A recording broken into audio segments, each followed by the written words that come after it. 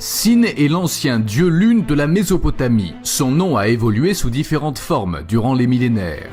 Le symbole qui le représentait était le croissant de lune et le taureau. À travers les différents royaumes, époques et régions, Sin deviendra Baal.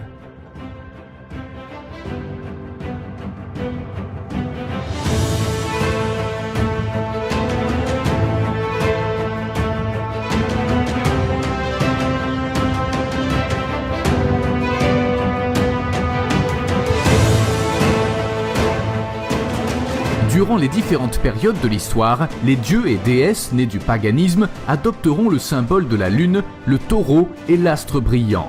L'astre brillant symbolise Lucifer ou Satan. Lucifer est défini dans la Bible, Ésaïe chapitre 14, verset 12. « Te voilà tombé du ciel, astre brillant, fils de l'aurore ». Baal sera représenté sous différents aspects, en fonction de la région, de l'époque où il était vénéré. Très souvent, les symboles du croissant de lune, le taureau ou un astre brillant le représentent.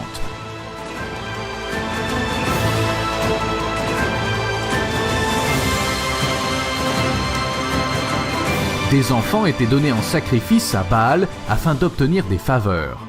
Durant l'âge de bronze, Baal fut symbolisé sous différentes formes, mais le culte qu'on lui vouait était toujours le même, idolâtrie, sacrifice d'enfants, etc. Baal était l'ennemi du Dieu unique Yahweh. Ce faux dieu, Baal, prit naissance du dieu lune Sin. Il épousera durant la période pré-islamique le plus souvent la forme d'un homme. Baal est l'ennemi de Yahweh, Dieu tout-puissant, mais il perdit en popularité lorsqu'Élie, le prophète de Yahweh, gagna lors de sa confrontation contre les prophètes de Baal. Dans le monde arabe pré-islamique, Baal, que l'on nomme aussi Baal ou pour définir son titre de seigneur, Baal ou deviendra Oubal. On rapporte qu'Oubal siégeait à la Mecque comme le dieu souverain des 360 autres divinités. Ce dieu suprême avait 3 filles, Al-Lat, Al-Manat et Al-Uzza. Cette divinité suprême était aussi connue sous le nom générique Al-Illah, qui signifie le dieu. Ce dieu lune, Oubal, était représenté par un croissant de lune. La Mecque était donc le lieu culte d'Oubal, la Kaaba, son sanctuaire, où ses fidèles faisaient le pèlerinage du Hajj selon le calendrier lunaire, toujours en vigueur aujourd'hui pour les musulmans. Dès 610 après Jésus-Christ, Mahomet, après avoir plagié la Bible et autres textes religieux, ce seigneur de guerre érigea les fondements du Coran et de sa nouvelle religion qu'il voulait monothéiste. Il contracta le nom d'Al-Illah par celui d'Allah. Il détruisit aussi toute référence concernant les idoles, les déesses, les statues, même celle du dieu Oubal, afin d'effacer l'origine païenne de la Mecque polythéiste. Suite à ce changement brusque et critiqué par certains, Mahomet conservera la pierre noire, la pierre yéménite, la Kaaba, le symbole du croissant de lune, le Ramadan basé sur le calendrier lunaire et le Hajj afin d'établir une paix durable avec les différents membres de la tribu des Kouriaïch et ceux des clans mécois qui s'y opposaient. L'islam a pris naissance dans le syncrétisme religieux, sous une grande influence païenne, dont la doctrine ou les pratiques sont un mélange d'éléments pris dans différentes croyances idolâtres. Ensuite, le faux prophète de l'islam, Mahomet, nommé aussi Muhammad, déclara qu'il n'y a pas d'autre Dieu qu'Allah et que Mahomet est son messager. Tous ceux opposés à réciter ce message, la Shahada, étaient exécutés ou persécutés.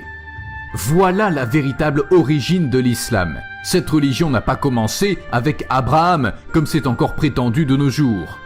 Ce Mahomet a simplement banni les autres divinités arabes et désigné Allah comme étant le seul vrai Dieu. De plus, Mahomet usurpa la position du Christ en se faisant le seul médiateur entre Dieu et l'humanité. Cet Allah, alias Oubal, n'est pas, n'a jamais été et ne sera jamais le Dieu de notre patriarche Abraham. Si Abraham avait construit la Kaaba, alors pourquoi les archéologues ou historiens ne rapportent-ils pas de preuves historiques du lien entre la Mecque et Abraham ? Pourquoi Allah, le Dieu unique de l'islam, prendrait-il la Kaaba, la maison du seigneur Hubal, une idole, pour en faire sa demeure? Il ne faut pas oublier que la Kaaba a été un lieu où les païens dansaient nus tout autour en sifflant et en claquant des mains pour adorer les différentes divinités. Les femmes enduisaient la pierre noire située dans un coin de la Kaaba avec le sang de leurs menstrues en suppliant les idoles de les rendre fécondes. Allah, le soi-disant Dieu omniscient, aurait-il manqué d'inspiration pour trouver un lieu plus convenable afin d'édifier son sanctuaire?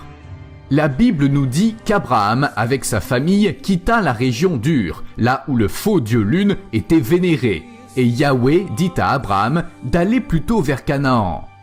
Il est flagrant, selon les sources historiques, que les musulmans vénèrent des objets de culte païens, tels la pierre noire, et que les Arabes pré-islamiques vénéraient des divinités païennes. Il est donc clair que l'islam n'est pas la religion d'Abraham et des prophètes de la Torah. C'est pourtant ce que les musulmans affirment. Allah n'est qu'une divinité lunaire associée au croissant de lune qui chevauche les mosquées et leurs minarets.